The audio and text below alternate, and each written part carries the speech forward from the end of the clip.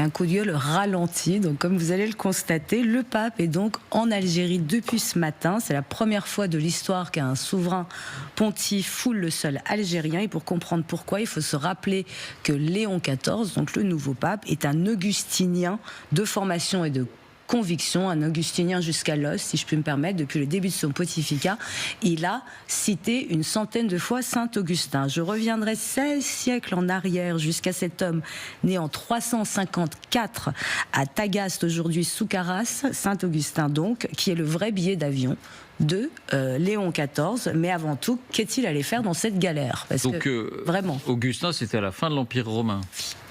Et je vais revenir dessus, vous allez adorer, vous allez apprendre plein de trucs. Le cardinal Vesco, archevêque d'Alger, avance une formule qui en dit long sur la stratégie du Vatican. Il parle de présence fraternelle plutôt que de confrontation, de marche commune plutôt que revendication. Autrement dit, on ne dit pas, on ne nomme pas, on ne confronte pas, on est là, en souriant, et on espère que seule cette présence suffise à témoigner. Témoigner de quoi? J'y reviendrai aussi. Pour le président algérien Tebboune, c'est jackpot, hein. Il accueille le pape. C'est une image diplomatique dont il va bénéficier dans les mois qui viennent, notamment dans les négociations avec l'Europe sur les négociations gazières là, qui vont bientôt arriver. C'est le soft power algérien qui se refait une santé. C'est l'Algérie qui dit au monde: regardez-nous, nous dialoguons, nous sommes stables, nous sommes ouverts. Et pourtant, les 3/4 des églises protestantes d'Algérie ont été administrativement fermées en janvier 2025. Leurs fidèles se retrouvent dans des garages, des maisons privées ou sous les oliviers en pleine nuit de Kabylie. En avril 2025, 10 chrétiens ont été arrêtés après une simple célébration de Vendredi Saint. Interrogatoire, saisie de téléphone, intimidation. Un converti peut être privé d'enterrement chrétien. Certains prénoms chrétiens sont refusés à l'état civil. Et la liberté de conscience, vous me direz, eh bien l'État algérien refuse explicitement de reconnaître d'autres religions que l'islam. Tous les Algériens sont présumés musulmans. Donc ce n'est pas un dysfonctionnement, c'est un système. Et puis vous attendez, il y a Boualem Sansal, écrivain franco-algérien, emprisonné durant 1 an et libéré depuis peu, qui fut inculpé d'atteinte à la sûreté de l'État.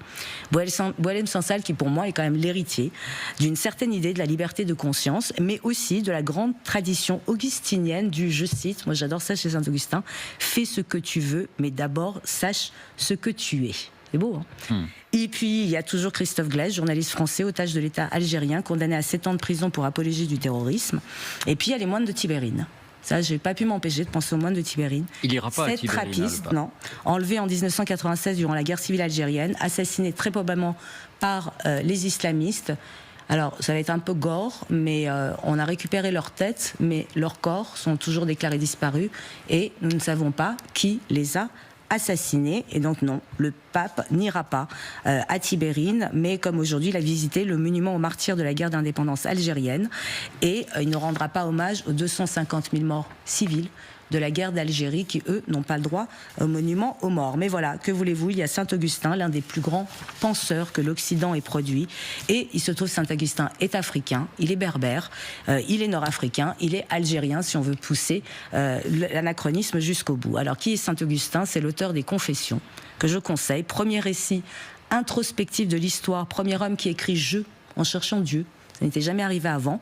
Alors le deuxième immense penseur de l'histoire qui a dit « je » en parlant de Dieu, c'est le persan Mansour al-Hallaj au Xe siècle. Il faut bien ramener quand même les choses à la Perse. Vous avez vu un petit retour, là, il est sympa. Qui a dit, lui, je suis Dieu. Et pour ça, je suis la vérité, donc je suis Dieu.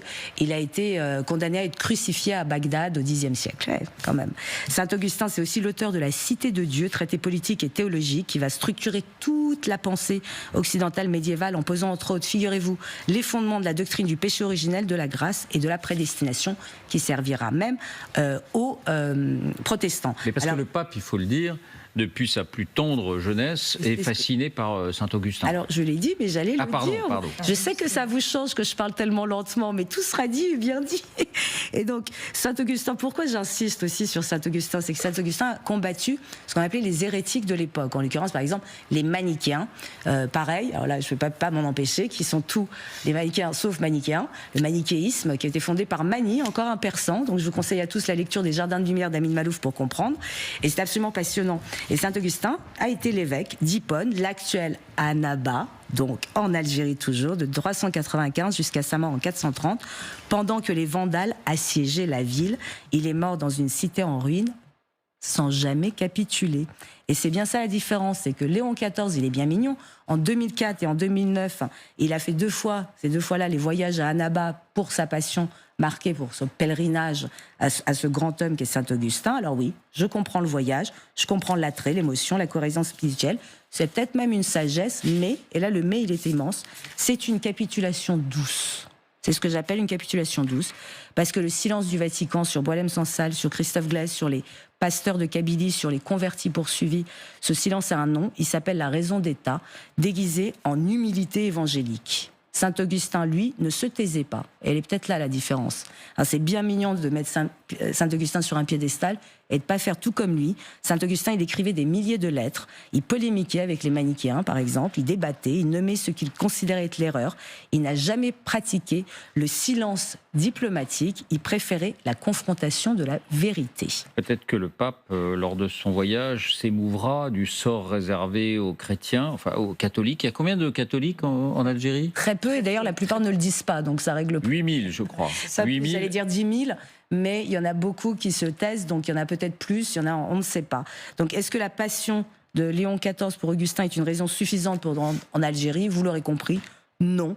Le pèlerinage spirituel, c'est beau, c'est légitime, c'est émouvant, mais un pèlerinage qui ne dit rien des vivants au nom desquels il est accompli, c'est un pèlerinage qui se retourne contre lui-même.